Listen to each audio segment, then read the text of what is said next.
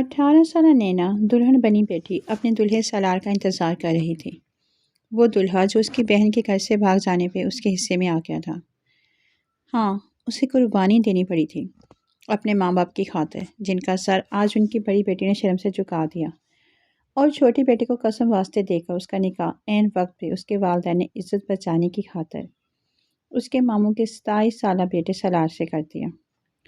وہ اس سے 9 سال چھوٹی تھی، سالار کو بائی کہہ کر پکارا کرتی تھی، لیکن آج وہ اس کا شوہر بن گیا تھا۔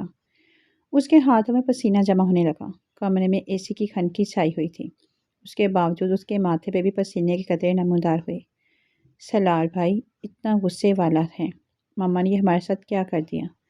آپ ہی بھاگ گئی اور ہمیں اس شیر کی خچار میں بھیج دیا ہے۔ یہ شیر تو ہمیں کچا چبا کے کھا جائیں گے۔ نینا کو نکاح کے وقت سالار کا غصہ یاد آیا۔ جب وہ نینا سے نکاح سے انکار کرتا، مینا کو ڈھونڈنے جانے والا تھا۔ اسے اس کی منگیتر چاہیے تھی، مناہا علی، لیکن اس کے بابا نے اسے بہت مشکل سے قابو کرتے نینا علی سے نکاح کے لیے راضی کیا تھا۔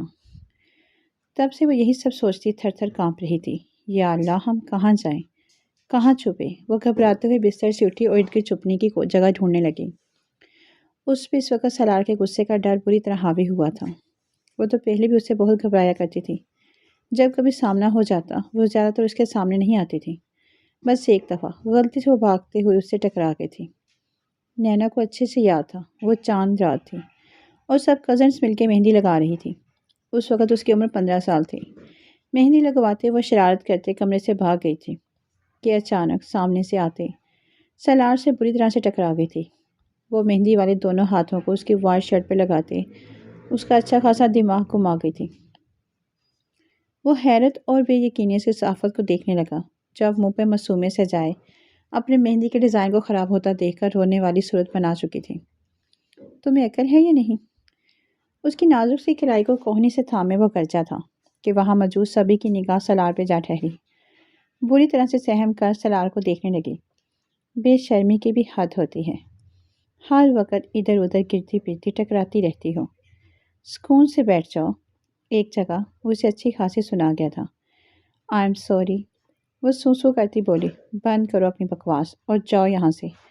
آئندہ اب اگر میں نے تمہیں اس طرح اچھل کود کرتے دیکھا تو مجھ سے برا کوئی نہیں ہوگا، سمجھے تم؟ اور جھٹکے سے اس کے بازو چھوڑتے پھنکارا، جبکہ وہ اپنا بازو چھوڑنے پر وہاں سے الٹے قدم اندر بھاگی تھی۔ وہ دن اور آج کا دن، وہ پھر کبھی سالار کے سامنے نہیں آئی تھی، اور اگر کبھی آ بھی گئی غلطی سے تو بہت شریف سے حلیے میں۔ اور آج اس شخص سے نکاح کر کے اس کی سیج پر وہ سجی سنوری بیٹھی تھی، یہاں اس کی بہن نے بیٹھنا تھا۔ وہ پوری طرح گھبرا رہی تھی۔ اسے کچھ سمجھ نہیں آ رہی تھی کہ وہ کہاں چھپے۔ پھر کچھ سوچتے ہوئے وہ بیڈ کے نیچے جھکتے ہوئے وہاں گھس گئی۔ جیسے ہی اس نے خود کو بیڈ کے نیچے چھپایا، اسی لمحے دروازہ کھلا اور سالار اندر داخل ہوا۔ وہ انتہائی غصے کے عالم میں تھا۔ اس کا بس نہیں چل رہا تھا کہ وہ اپنے راستے میں آنے والی ہر شے کو رونتا ہوا چلا جائے۔ اس کے منگیتر اس کے ہونے والی بیوی عین شادی کے وقت گھر سے بھاگ گئی اور اس کی چھوٹی چور بہن کو سالار کے نکاح میں دے دیا، جس سے وہ ہمیشہ چڑ کھاتا تھا۔ وہ کمرے میں آتا خالی بیڈ دیکھتا ٹھٹکا، نینا نینا۔ وہ اپنی بھاری آواز میں اسے پکارتا باتھ روم کے دروازے کو بھی بجانے لگا، جو کھلا ہی تھا۔ نینا وہاں بھی نہیں تھی۔ اب یہ کہاں چلی گئی؟ بہن بنا نکاح کیے بھاگی، لگتا ہے یہ نکاح کر کے بھاگی ہے۔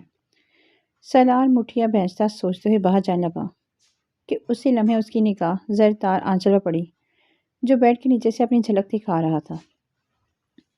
سالار نے غصہ ضبط کرتے بیڈ کے نیچے جھک کے دیکھا، جہاں نینا میڈم دم سادے لیٹی منہ پر سختی سے ہاتھ رکھے اپنی سسکیوں کا گلا گھونٹے ہوئے تھی۔ تم؟ اس کی پکار پہ نینا بھدر کے پیچھے ہٹی۔ نکلو باہر، وہ دھاڑا تھا۔ نینا نے روتے ہوئے سر نفی میں ہلایا۔ باہر آ رہی ہو یا میں اندر آؤں؟ سالار غصے میں کیا بول رہا تھا اسے خود بھی نہیں پتا تھا۔ وہ پیچھے کی طرف سرکتی دوسری جانب سے باہر نکلی، اور اس سے پہلے کہ وہ دروازے کی جانب دوڑ لگاتی، سالار نے اسے فوراً جا لیا۔ کیا حرکت ہے یہ؟ بیڈ کے نیچے کون چھپتا ہے؟ اس کے گھر آ کے کہنے پہ نینا نے ڈر کے آنکھیں بند کر لی۔ تم سے بات کر رہا ہوں، منہ کھولو جب اپنا، ایڈیٹ۔ وہ اسے حقارت سے بول رہا تھا جبکہ وہ لرزے جا رہی تھی۔ مجھے ڈر لگ رہا تھا آپ سے، وہ ہکلاتے ہوئے بولی۔ ڈر؟ ایک تم اور تمہاری بہن۔ تم دونوں بہنوں کو کسی کا ڈر ہوتا نا تو آج یوں سب کی آنکھوں میں دھول جھونک کے بھاگتی نا۔ تمہاری وہ پارسا بہن۔ سالار اپنا سارا غصہ اور استطاعت معصوم پہ انڈیل رہا تھا۔ آپی نے کیا آپی کی رٹ لگا رکھی ہے؟ خبردار، جو آج کے بعد تمہارے منہ سے یہ لفظ نکلا بھی تو جان سے مار دوں گا۔ وہ جارحانہ انداز میں اس کے بالوں کو دوپٹے سمیت کھینچتا ہوا گھر آیا۔ نینا کا سانس ہی رک گیا۔ دونوں کے چہرے ایک دوسرے کے بے انتہا قریب تھے۔ ایک کی کالی آنکھوں میں غصہ، نفرت اور حقارت تھی تو دوسرے کی بھوری آنکھوں میں ڈر اور خوف تھا۔ یکدم سالار کو اس کی آنکھوں کا خوف برا لگا۔ اس کے چہرے کے نینکس کو دیکھتا وہ مسمسائز ہوا تھا۔ آج پہلی بار وہ اسے اس قدر قریب سے دیکھ رہا تھا۔ آج سے پہلے کبھی اس نے اسے دور سے بھی دیکھنا گوارا نہیں کیا تھا۔ وہ بہت خوبصورت تھی۔ اس کے لبوں پہ سجی نیوڈ لپسٹک اس کے ہونٹوں کو مزید دلکش بنا رہی تھی۔ ہونٹوں کے اوپر خوبصورت سا تل اس کی لبوں کی شان بڑھا رہا تھا۔ دل ہی دل میں اس کی خوبصورتی کا قائل ہوا تھا۔ ہم نہیں لیں گے ان کا نام، پلیز بازو چھوڑ دیں، ہمیں پین ہو رہا ہے۔ وہ دھیمے لہجے میں اپنے لبوں کو جنبش دیتی منمنائی۔ اس کے لبوں کا ہلنا تھا کہ سالار کا اپنے دل پر قابو رکھ پانا مشکل ہو رہا تھا۔ وہ اس کے چہرے کو مزید اپنے قریب کرتا، اپنی آنکھیں بند کر گیا۔ اس کی ناک کے ساتھ ناک رب کرتا، وہ اس کی خوشبو کو اپنی سانسوں میں انہیل کرتا بہک رہا تھا۔ وہ بھول گیا تھا کہ وہ ان دونوں بہنوں سے شدید نفرت کرتا تھا، لیکن اس وقت وہ نینا جس کو وہ دیکھنا گوارا نہیں کرتا تھا، آج وہ اسے اپنے دل میں اتار لینا چاہتا تھا۔ وہ اس کیفیت کو خود بھی نہیں سمجھ پا رہا تھا۔ سالار، وہ ڈر سے اس کا نام بھی نہیں لے پا رہی تھی۔ شش، آواز نہ آئی مجھے، میرا غصہ کم کرنے دو۔ وہ اس کی ناک کے ساتھ ناک رب کرتا، اب لبوں کو لبوں سے مس کر رہا تھا۔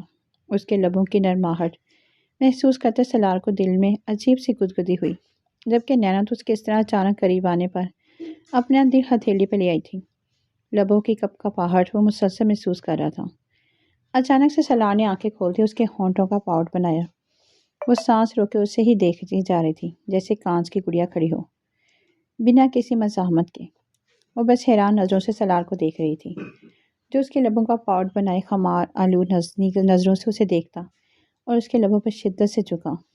اس اچانک افتاد پر نینا تو ہکا بکا رہ گئی۔ وہ لبوں کے راستے اپنے اندر کا سارا غصہ اس معصوم پر اتارتا اسے بے بس کر گیا۔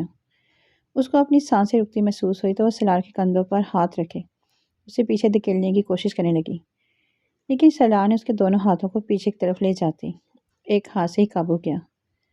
وہ تڑپ گئی۔ وہ جتنی شدت سے اس کے لبوں سے چپکا تھا، نینا کو لگا تھا کہ آج اس کی جان نکال کر ہی دم لے گا۔ بری طرح بستر پر جا گری اور گہری سانس بھرتی گھبرا کے سالار کو دیکھنے لگی، جو بنا کسی تاثر کے اسے دیکھ رہا تھا۔ نہ کوئی اچھا تاثر تھا، نہ کوئی برا۔ ایک گہری نگاہ اس کے لبوں پر ٹکائی جب اس کی شدت سے لال بھبکا ہو رہی تھی، اور سالار کو جیسے ہی اپنے اندر سکون اترتا محسوس ہو رہا تھا۔ مسز نینا سالار، یہ ایک ٹریلر تھا، فلم پھر کبھی دکھاؤں گا۔